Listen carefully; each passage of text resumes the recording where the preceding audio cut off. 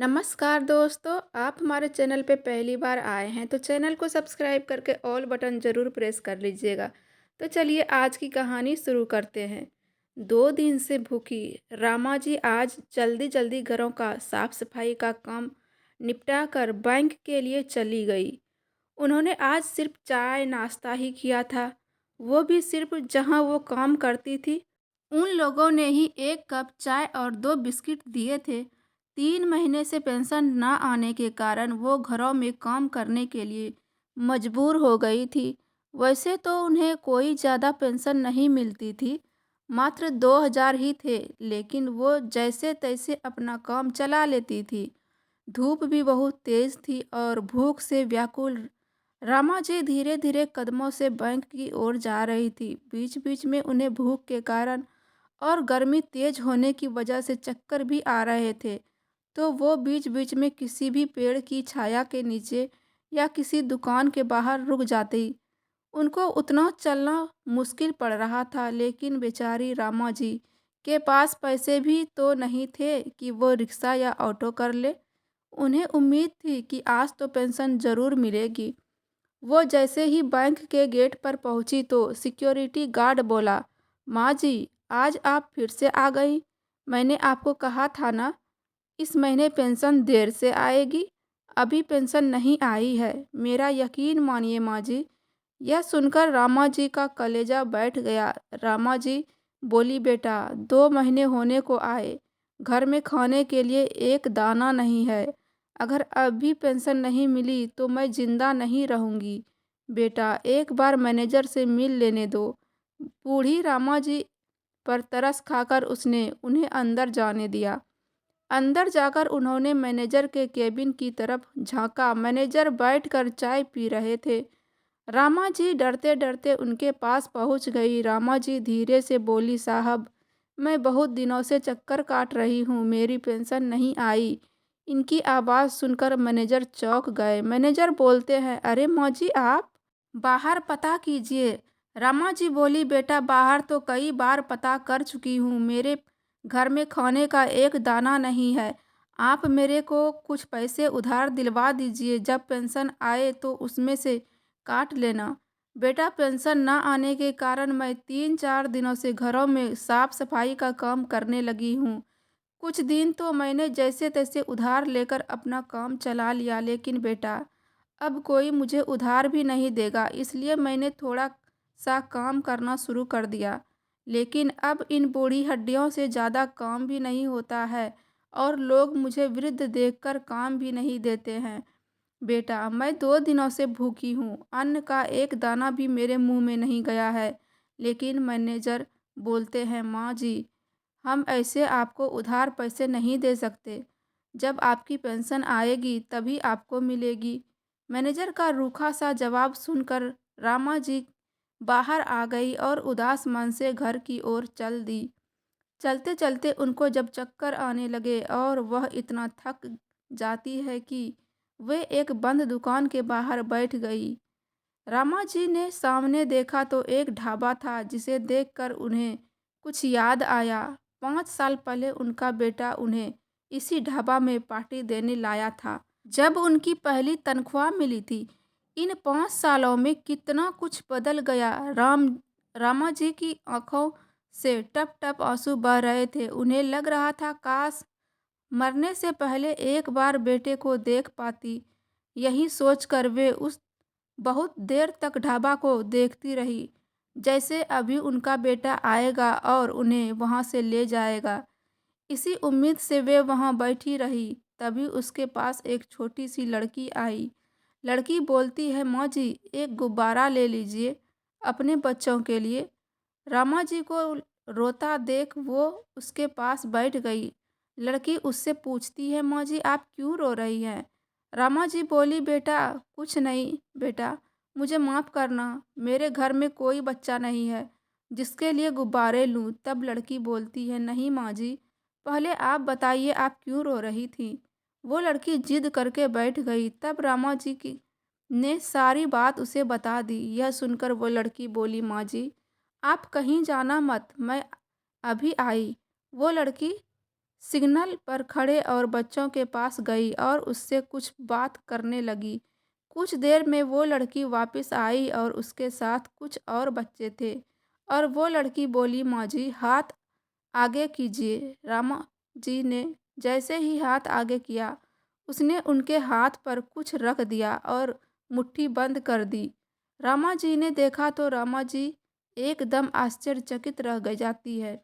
आखिरकार उस बच्ची ने उनकी मुट्ठी पर क्या रखा था और रामा जी इन दयनीय दशा में कैसे पहुंची थी, आइए जानते हैं इस कहानी के माध्यम से।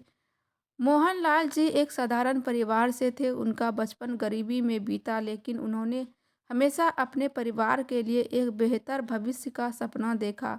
उनकी शादी श्यामा देवी से हुई। श्यामा देवी भी गरीब परिवार से आई थी, लेकिन उन्होंने कभी किसी भी कठिनाई के सामने हार नहीं मानी। दोनों ने मिलकर अपने परिवार की नींव रखी और 3 बच्चों को जन्म दिया। 2 बेटे राम और श्याम और एक बेटी गुड़िया। राम सबसे बड़ा बेटा था जो पढ़ाई में तेज था और इंजीनियर बनने का सपना देखता था। श्याम मंझला था जिसे खेल कूद में खास रुचि थी, लेकिन माता पिता के कहने पर वो पढ़ाई पर भी ध्यान देता था। गुड़िया सबसे छोटी थी और पूरे घर की लाडली थी। वो भी पढ़ाई में बहुत होशियार थी और डॉक्टर बनने का सपना देखती थी। मोहनलाल जी और श्यामा देवी जी ने अपने बच्चों के भविष्य के लिए बड़े सपने देखे थे, लेकिन उनकी आर्थिक स्थिति इतनी अच्छी नहीं थी कि वे बच्चों की पढ़ाई आसानी से करवा पाते। मोहनलाल जी ने अपने जीवन में कई छोटे मोटे काम किए, लेकिन अस्थायी रूप से उन्हें बैंक में चपरासी की नौकरी मिली।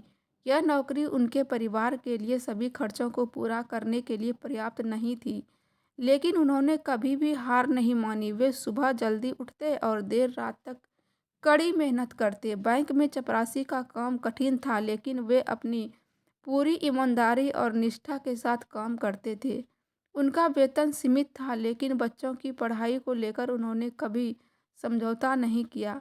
बच्चों की स्कूल की फीस भरने के लिए मोहनलाल जी को कई बार उधार देना लेना पड़ता था। श्यामा देवी घर पर बच्चों की देखभाल करती और छोटे-मोटे काम कर घर का खर्च चलाने में सहयोग देती थी। दोनों ने मिलकर यह सुनिश्चित किया कि उसके बच्चों को शिक्षा के अच्छे अवसर मिले। राम का सपना था कि वो एक दिन एक सफल इंजीनियर बने। वो अपनी पढ़ाई में बहुत मेहनत करता था, लेकिन परिवार की आर्थिक स्थिति के कारण कई बार उसे अपनी ज़रूरतें सीमित करनी पड़ती थी।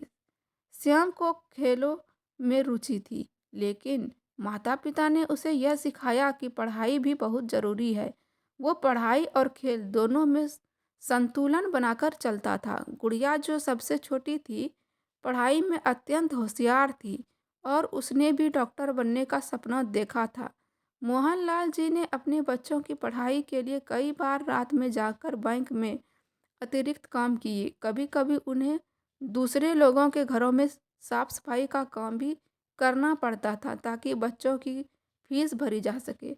श्यामा देवी ने भी सिलाई का काम शुरू कर दिया था ताकि घर की आर्थिक स्थिति को मजबूत किया जा सके और बच्चों की पढ़ाई पर इसका कोई अवसर ना हो। राम, श्याम और गुड़िया एक सरकारी स्कूल में पढ़ते थे जहाँ फीस तो कम थी, लेकिन अन्य खर्चे जैसे कि किताबें, यूनिफॉर्म और स्कूल के अन्य सामान जुटाना बहुत मुश्किल था। राम और श्याम को एक ही साइकिल पर स्कूल जाना पड़ता था, जबकि गुड़िया को अक्सर पैदल ही स्कूल जाना पड़ता था। इन तमाम कठिनाइयों के बावजूद तीनों बच्चे कभी भी शिकायत नहीं करते थे। वे जानते थे कि उसके माता-पिता उसके लिए कितनी मेहनत करते हैं और संघर्ष कर रहे हैं, और इसलिए वे भी अपने सपनों को पूरा करने के लिए पूरे समर्पण के साथ मेहनत कर रहे थे। राम ने अपनी कक्षा में हमेशा अच्छे अंक प्राप्त किए। श्याम ने खेलों में अपनी पहचान बनाई और साथ ही पढ़ाई में भी संतुलन बनाए रखा। गुड़िया अपनी कक्षा की सबसे होशियार छात्रा मानी जाती थी। मोहनलाल जी और श्यामा देवी का परिवार एक छोटे गांव में रहता था, जहां शिक्षा के प्रति जागरूकता कम थी, विशेषकर बेटियों की शिक्षा पर ज़्यादा ध्यान नहीं दिया जाता था। लोग अक्सर श्यामा देवी से कहते, गुड़िया को पढ़ाकर क्या करोगी? आखिरकार उसे तो घर ही संभालना है।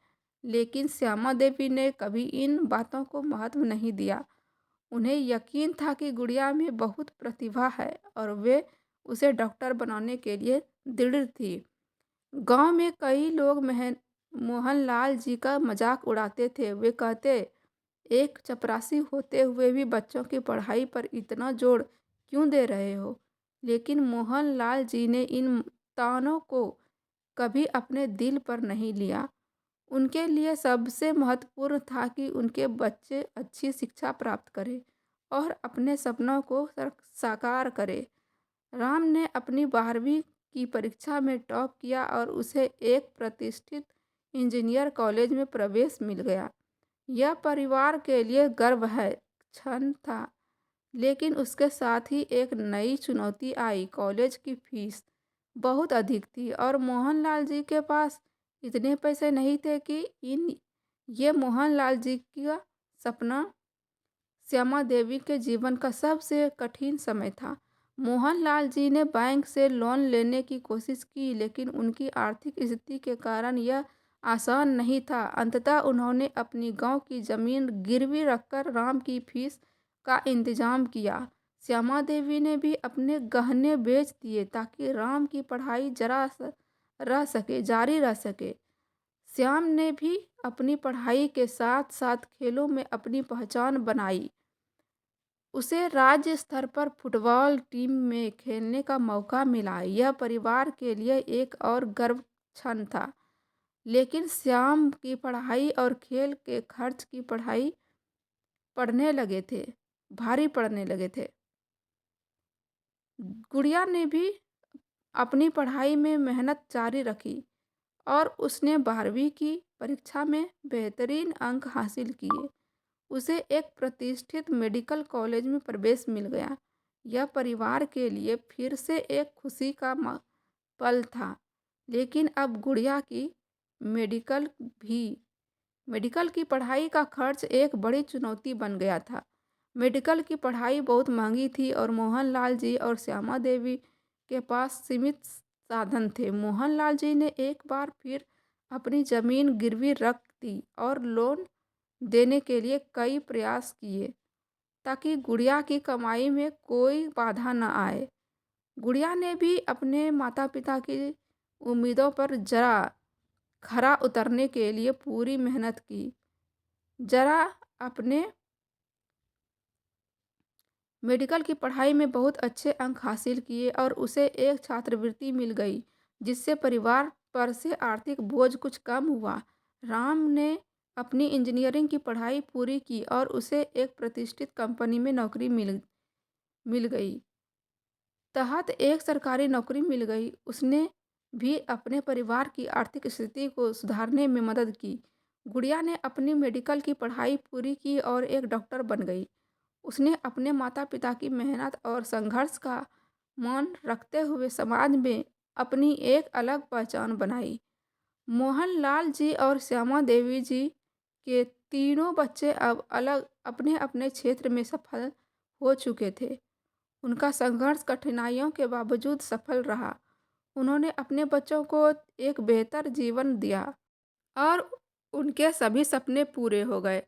राम की शादी का सपना मोहनलाल जी और श्यामा देवी जी ने बहुत सालों से देखा था। राम उनकी मेहनत और त्याग के कारण आज एक सफल इंजीनियर बना था। जब अब परिवार की प्रतिष्ठा बढ़ाने के लिए उन्होंने राम की शादी को बड़े ही धूमधाम से करने का निर्णय लिया।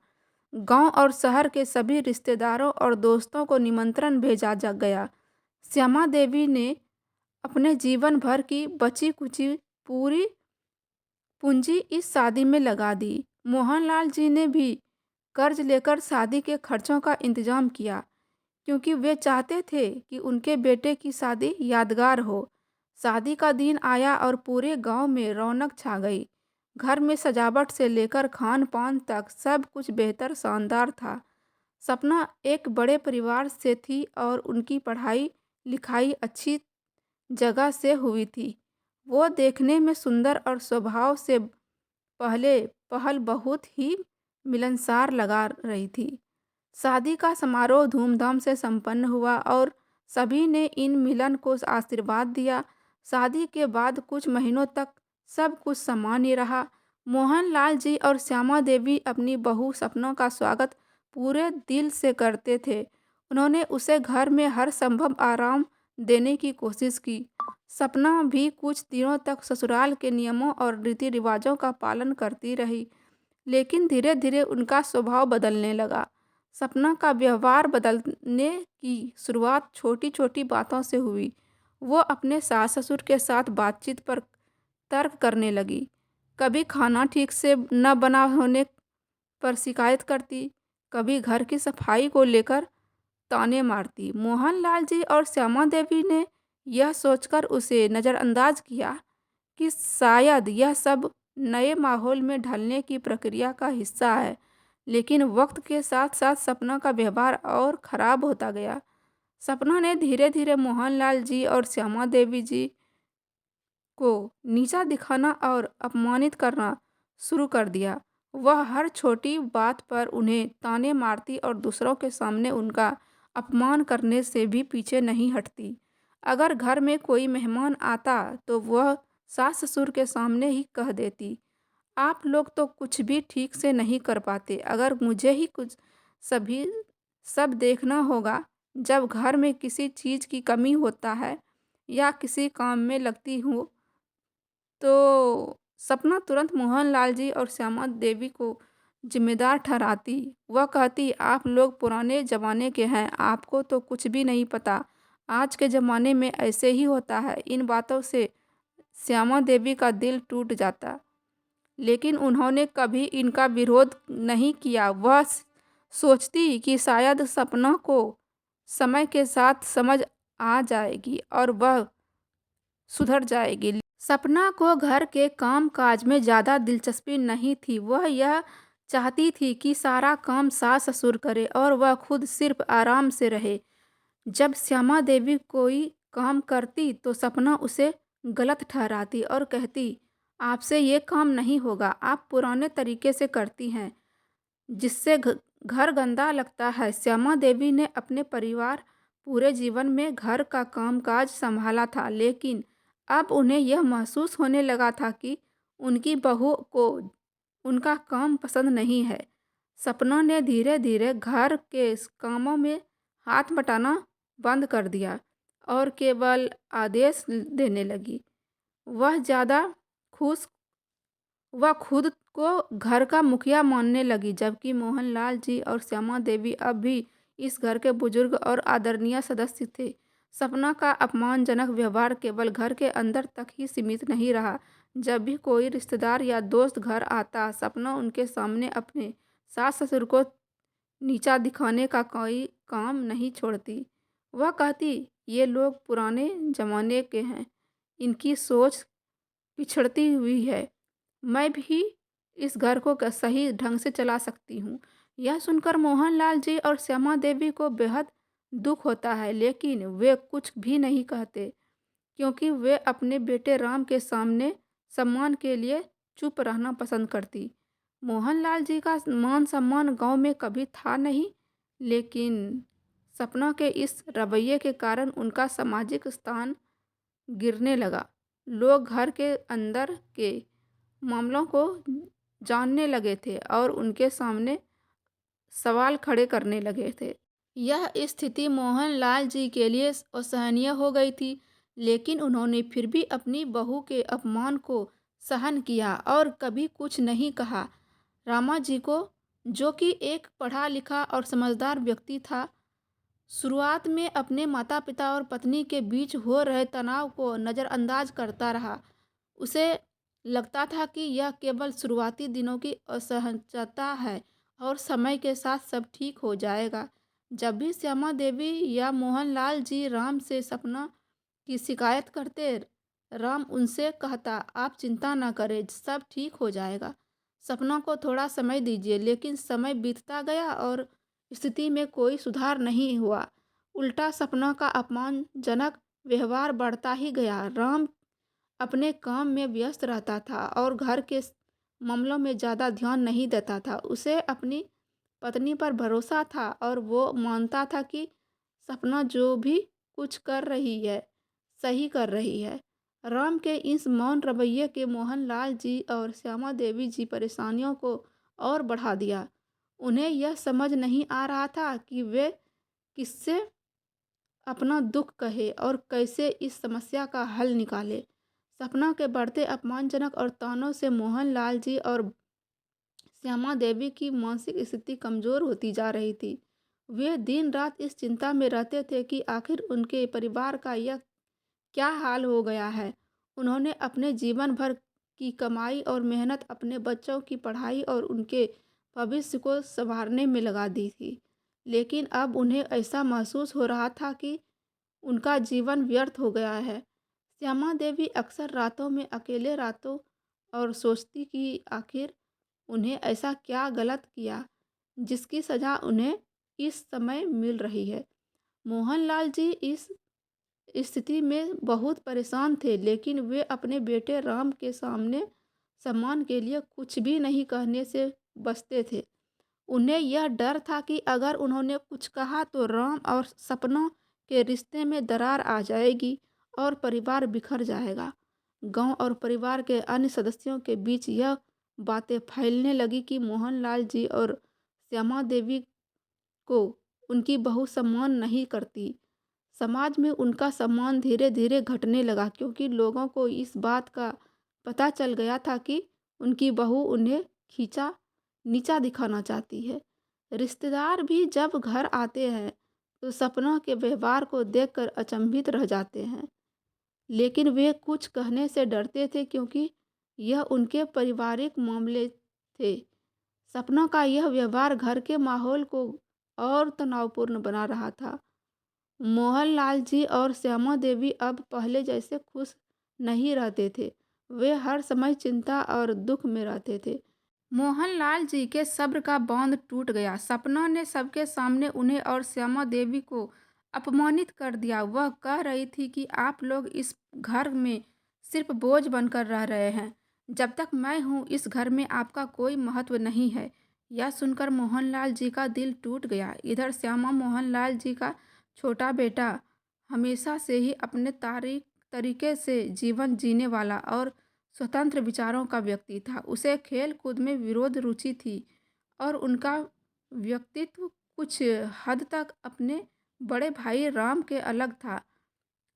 श्याम ने अपनी पढ़ाई पूरी की और खेल में भी उसने कुछ उपलब्धियां हासिल की। माता पिता की नज़र में श्यामा भी उनका ही प्यारा सा जितना कि राम और उन्हें हमेशा उनकी हर ज़रूरत को पूरा करने की कोशिश की थी। मोहनलाल जी और श्यामा देवी को उम्मीद थी कि वह श्याम की शादी भी परिवार की परंपराओं के अनुसार होगी और वे इन सारे बारे में काफ़ी उत्साहित थे।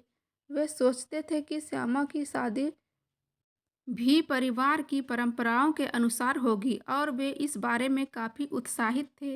वे सोचते थे कि श्याम की शादी में धूमधाम से होगी और पूरे समाज में उनकी प्रतिष्ठा और बढ़ेगी, लेकिन श्याम का दृष्टिकोण कुछ और ही था। श्याम का खेल कूद के दौरान कई शहरों में अलग जाना आना होता था। इसी दौरान उनकी मुलाकात एक लड़की नेहा से हुई।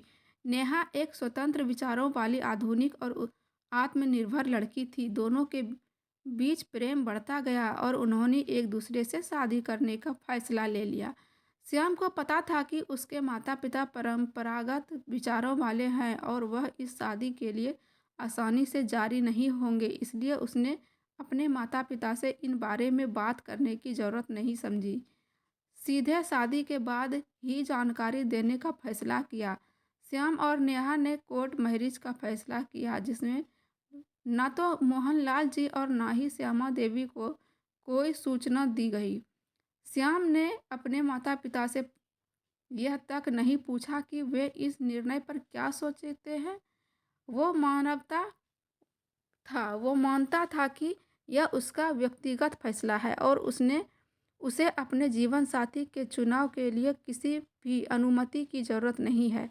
जब श्याम की शादी की खबर मोहनलाल जी और श्यामा देवी तक पहुंची तो वे चौंक गए। उन्हें यह समझ ही नहीं आया कि उनका अपना बेटा, जिसे उसने इतने प्यार से पाला था, उसने अपनी शादी के बारे में उन्हें कुछ भी नहीं बताया। यह उसके लिए एक बड़ा धक्का था। वे यह सोच भी नहीं सकते थे कि श्याम, जिसे वे अब इतना मानते थे, वह बिना उनकी राय के और बिना उन्हें शामिल किए शादी कर लेगा। श्यामा देवी का दिल टूट गया था। वे रोते हुए कहती है, हमने क्या गलती की थी? हमसे उसे कभी कोई तकलीफ नहीं दी, फिर उसने हमें इतना बड़ा धोखा क्यों दिया? मोहनलाल जी भी गहरे दुख में थे, लेकिन उन्होंने अपने आंसुओं को छिपाया और शांति से स्थिति को संभालने की कोशिश की। उन्होंने सोचा कि शायद श्याम बाद में ही अपनी गलती समझेगा और उन्हें इस शादी में शामिल करेगा, लेकिन ऐसा नहीं हुआ। श्याम ने शादी के बाद भी अपने माता पिता से ज़्यादा संपर्क नहीं किया। वह अपनी नई दुनिया में व्यस्त हो गया था। उनकी पत्नी नेहा भी श्याम के इस फैसले में पूरी तरह से साथ दी और वे दोनों अपने जीवन में खुश थे। लेकिन यह खुशी के पीछे मोहनलाल जी और श्यामा देवी का दिल टूट गया।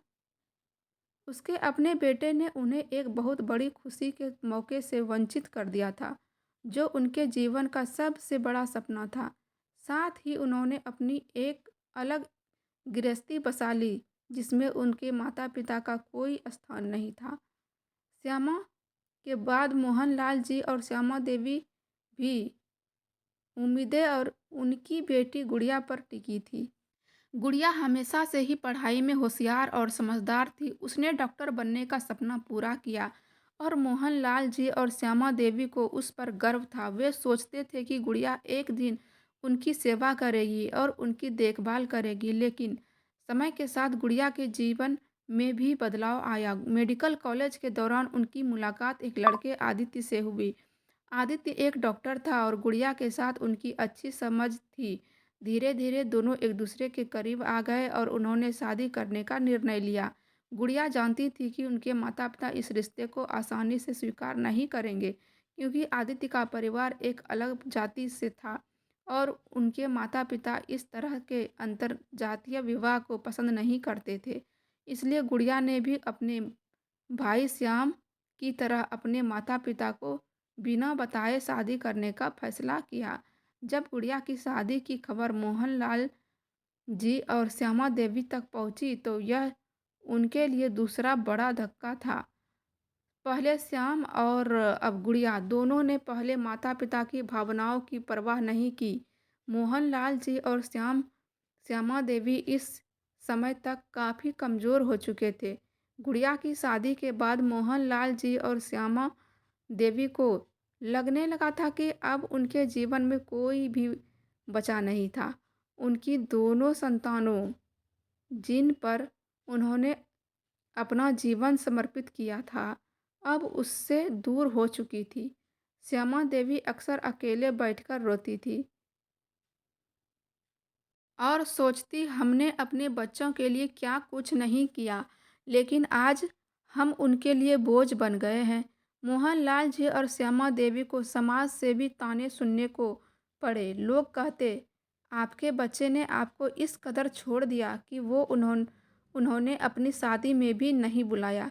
ये तो बड़ी शर्म की बात है। गांव और रिश्तेदारों के बीच उनकी स्थिति और कमज़ोर हो गई। लोग उसके दुख का मजाक उड़ाने लगे और कुछ कहने भी की स्थिति में नहीं थे। मोहनलाल जी एक समय समाज में आदर का पात्र थे। अब लोगों के बीच चुपचाप सिर झुकाकर चलते थे। वे अपने बच्चों के कभी इन बात की शिकायत नहीं की थी, लेकिन उनके दिल में दर्द था जिसे वे छिपा नहीं पा रहे थे। समय बीतता गया, लेकिन मोहनलाल जी और श्यामा देवी का दुख कम नहीं हुआ। उसने जीवन में अब कोई उम्मीद नहीं बची थी। दोनों बेटे बेटी अपनी दुनिया में मस्त थे और माता पिता अकेलेपन और उदासी के साथ जी रहे थे। मोहनलाल जी ने अपने पूरे पूरे जीवन में जो सपने देखे थे, वो अब टूट चुके थे। जिनको दिल में एक गहरी चोट थी जिसे समय पर भी नहीं पा रहा था। श्यामा देवी की सेहत भी धीरे धीरे खराब होती जा रही थी। वे अक्सर बीमार रहने लगी और डॉक्टरों ने बताया कि उन्हें यह शारीरिक तकलीफ उनके मानसिक तनाव के कारण हो रही है। मोहनलाल जी ने अंततः यह समझ लिया कि जब उनके बच्चों के साथ उनका कोई रिश्ता नहीं बचा है, मोहनलाल जी और श्यामा देवी का परिवार अब पूरी तरह से बिखर चुका था।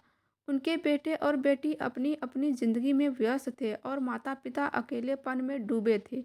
जो परिवार कभी प्यार और समर्पण की मिसाल था, वह अब केवल एक भिखारी हुई कहानी बन गया था बिखरी हुई कहानी बन गया था। इधर उनकी बड़ी बहू का अपने सास ससुर को बात बात पर अपमानित करना, छोटी छोटी गलतियों पर ताने मारना और ज़्यादा हो गया अब तो वह बात बात पर उनके छोटे छोटे श्याम और उनकी बेटी गुड़िया के लिए भी उनसे तंग कसती।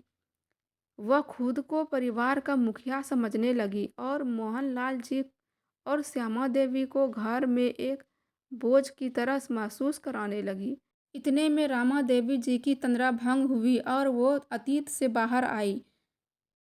वह लड़की बोली मुझसे, माँ जी आप चिंता ना करें, आज तो अभी इतनी ही कमाई हुई है, कल से हम सब अपने आधी कमाई आपको दे दिया करेंगे जब तक आपकी पेंशन नहीं मिल जाती। मुझे उन मासूम बच्ची की यह बात सुनकर अंदर ही अंदर रोना आ गया। मैंने अपनी पीड़ा जब मैनेजर को सुनाई तो उन्होंने मेरी कोई मदद नहीं की, लेकिन उस छोटी सी बच्ची ने मेरी पीड़ा को कितने अच्छे से समझ लिया था। मैं उन बच्ची से बोली, नहीं बेटा, यह मैं कैसे ले सकती हूँ, तुम इतनी मेहनत से पैसे कमाते हो। तब वह लड़की बोली, क्या आपकी बेटी होती तो आपको भूखे मरने देती। माँ जी, यह आप यह पैसे रखो और मैं आपके साथ आपके घर चलती हूँ। कल से आपको कहीं जाने की ज़रूरत नहीं है, आपके घर में पैसे पहुंच जाएंगे। मेरी आंखों से आंसू की धारा बहने लगी। मेरा सगा बेटा जो मुझे बेसहारा छोड़कर और मुझे धोखा देकर भाग गया और जिस बच्चों को हर सिग्नल पर हम तिरस्कार की नज़रों से देखते थे, वही मेरी ईश्वर की तरह मदद करने आ गए। फिर मैंने उस बच्ची से पूछा, बेटा तुम कौन हो, मैं तुम्हारा नाम भी नहीं जानती। लड़की ने बड़े ही प्यार से बताया, माँ जी मेरा नाम दुर्गा है, यह मैं मेरा साथी शिवा और यह है किशन। और धीरे धीरे वह सबके नाम बताने लगी। मैं उनसे बोली, बेटा यह पैसे नहीं ले सकती, इनको तुम रखो, मैं कोई ना कोई इंतजाम कर लूँगी। तब वह लड़की बोली, माँ जी हम सब अनाथ हैं, यही सिग्नल पर कुछ सामान बेचकर गुजारा करते हैं और पास ही में हमारी झुग्गी है, वहीं रहते हैं। पहले हम भीख मांगते थे, फिर कुछ पैसे जोड़कर हमने सामान बेचना शुरू कर दिया। उस बच्चों की बात सुनकर मेरा तो कलेजा हाथ पर ही आ गया। मैं उनसे बड़े ही प्यार से बोली, खबरदार, जो अपने आप को आज से तुमने अनाथ कहा, अभी मुझे अपनी बेटी कह रही थी ना, अब तुम सब अनाथ नहीं हो, तुम सब मेरे घर चलो, आज से वहीं रहना, वैसे भी मैं अकेली रहती हूँ। तब वह भोली सी प्यारी लड़की बोली, नहीं माँ जी, हम इस लायक नहीं जो आपके घर में रहें, हमारे जैसे लोग तो यही झुग्गी में रहते हैं। तब मैं बोली, बेटा तुम सब उन लोगों से बहुत ज़्यादा अमीर हो जो बड़े बड़े आलीशान मकान में रहते हैं। उनके पास दौलत तो बहुत होती है, पर उनके पास दिल कहाँ है। मैं उन बच्चों को अपने घर ले आई और वह लड़की और उनके साथ के बच्चे बाहर से खाने पीने का सामान ले आए। मैंने बड़े ही प्यार से खाना बनाया, यह सबने खाया। उनके बाद मैं सब अपने काम पर चले गए। मैं उनसे बोली, मैं रात का भी खाना बना कर रखूँगी, तुम लोग टाइम पर आ जाना। यह सुनकर वह लड़की ज़ोर से रोने लगी और बोली, माँ जी आज मुझे मेरी माँ की याद आ गई, वो भी इसी तरह मेरे लिए खाना बनाकर रखती थी, अब वह इस दुनिया में नहीं है। तब मैं बोली, बेटी आज से मुझे अपनी माँ समझ लो, मैं तेरी ही नहीं मैं सबकी माँ हूँ।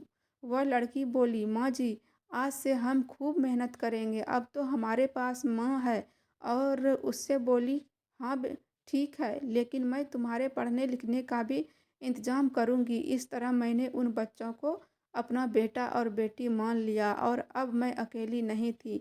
अब मेरा केवल एक बेटा नहीं है, बल्कि मेरे पास 5-5 बेटे और एक बेटी थी, जिन्होंने पढ़ लिख कर मेरा नाम रोशन किया और मुझे इस सम्मान के योग्य बनाया। तभी उसमें से एक ताली बजाती हुई लड़की सामने आती है और बोलती है, पता है वो लड़की कौन है? वो लड़की मैं हूँ। आज मैं अपनी माँ जी की वह वजह से ही एक सफल डॉक्टर बनी हूँ।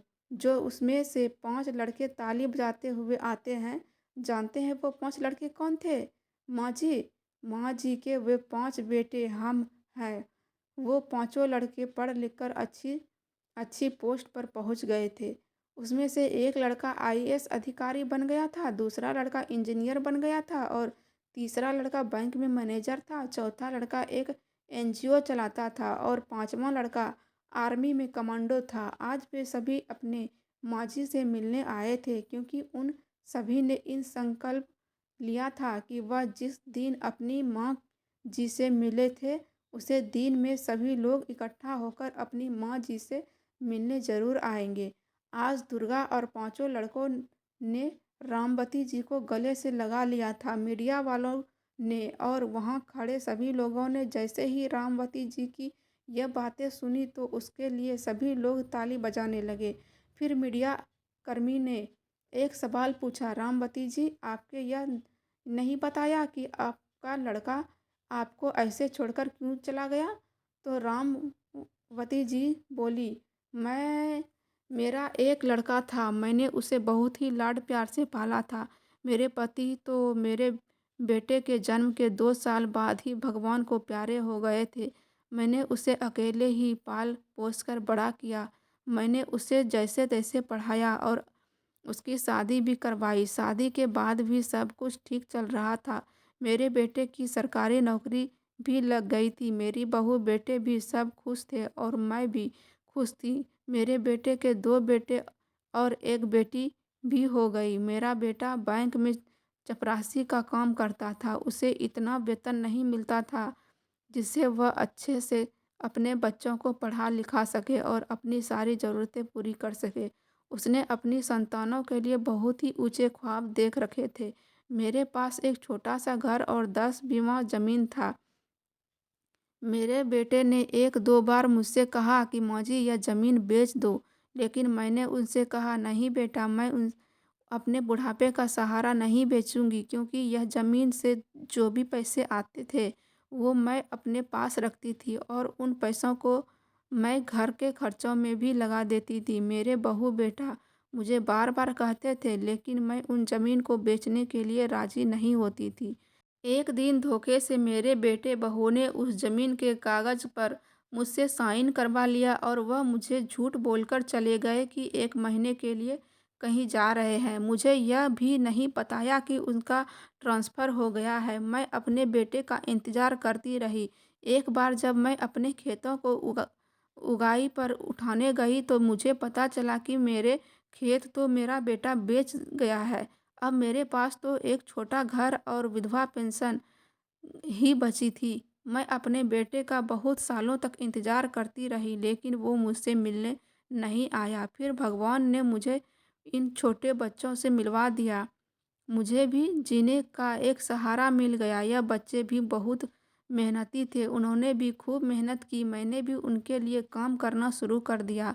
मैं अचार बहुत ही अच्छा बनाती थी, तो मैंने अपना छोटा सा अचार का बिजनेस शुरू किया। इन बच्चों ने उनसे मेरी बहुत सहायता की। यह बच्चे जब भी फ्री होते तो अचार बेच आते और उनसे जो भी पैसा मिलता हम सब लोग उनसे अपना घर का खर्चा चलाते और इन बच्चों की पढ़ाई में खर्च करते। देखते ही देखते समय बीतता गया और एक-एक करके सारे बच्चे काबिल बन गए और उन्होंने मेरा नाम रोशन कर दिया। मेरे ये अच्छे बच्चे आज भी मुझे आदर और सम्मान देते हैं और मुझे हर महीने मिलने आते हैं। जब भी छुट्टी होती है तो वो मेरे पास रुकते भी हैं और मेरी सेवा भी करते हैं। आज वही तारीख है जब मैं इन सब बच्चों से मिली थी। इसलिए हम लोगों ने एक ही जगह पर मिलने का निर्णय लिया था। मैं जैसे भी आज ट्रेन से उतरी तो यह सारे मुझे स्टेशन पर ही लेने आ गए। मैं भगवान का लाख लाख शुक्रिया अदा करती हूँ कि मुझे उन्होंने दुर्गा और पांचों बेटों से मिलवाया। इधर मोहन लाल जी रामवती जी की सारी बातें सुन रहे थे और श्यामा देवी भी उनकी आवाज़ को गौर से सुन रही थी। जैसे ही थोड़ी सी भीड़ हटी तो उन दोनों लोगों की नज़र रामवती जी पर पड़ती है और रामवती जी भी नज़र उन लोगों के ऊपर पड़ती है। मोहनलाल जी और श्यामा देवी जी जैसे ही रामवती को देखते हैं तो वह धम से ज़मीन पर गिर जाते हैं और हाथ जोड़कर रामवती जी से माफ़ी मांगने लगते हैं, क्योंकि मोहनलाल जी और कोई नहीं रामवती जी के ही बेटे थे और श्यामा देवी जी उनकी बहू। रामवती देवी जी अपने बेटे बहू को यह हालत में देखकर दंग रह जाती है। वे लोग दौड़कर उनके पैरों में गिर जाते हैं और उनसे दया की भीख मांगने लगते हैं और बोलते हैं, माँ जी मुझे माफ़ कर दीजिए, मैं ही वह अभागा बेटा हूँ जिसने अपनी ज़िंदगी जिसने अपनी माँ को अकेला मरने के लिए छोड़ दिया, सिर्फ अपने बच्चों को अच्छी शिक्षा और अच्छा जीवन देने के लिए। लेकिन मैंने यह नहीं सोचा कि मैं भी तो अपनी माँ का बेटा हूँ और मेरे भी कुछ कर्तव्य हैं उनके प्रति। तभी श्यामा देवी भी बोली, माँ जी मुझे भी माफ़ कर दीजिए, मैंने भी माँ होकर माँ का दर्द नहीं समझ पाई। लेकिन आज रामावती देवी जी के आंखों में आंसू नहीं थे, बल्कि उनकी आंखों में तो क्रोध बरस रहा था। वह बोली, कौन बेटा और किसकी माँ? मैं किसी भी ऐसे बेटे की माँ नहीं हूँ जिनसे मुझे अकेले मरने के लिए छोड़ दिया और मेरे साथ विश्वासघात किया। और वह अपनी बेटी दुर्गा और पांचों बेटे के साथ चली जाती है और मोहनलाल जी और श्यामा देवी जी वहीं पर आंसू बहाने लगते हैं। आज उनको समझ में आ गया था कि उनको अपनी किस करनी का सज़ा मिल रही है। उन्होंने अपने बच्चों को पढ़ने के लिए अपनी सगी माँ को धोखा दे दिया था। आज वही धोखा उनके सामने बच्चों ने दिया। तभी दोस्तों कहा जाता है कि हमें कभी भी अपने या किसी और के भी साथ धोखा नहीं करना चाहिए, क्योंकि भगवान तो सब कुछ देख ही रहा है और वह कर्मों का फल देता ज़रूर है। दोस्तों यह कहानी आपको कैसी लगी? फिर मिलते हैं एक नई कहानी के साथ। हर हर महादेव।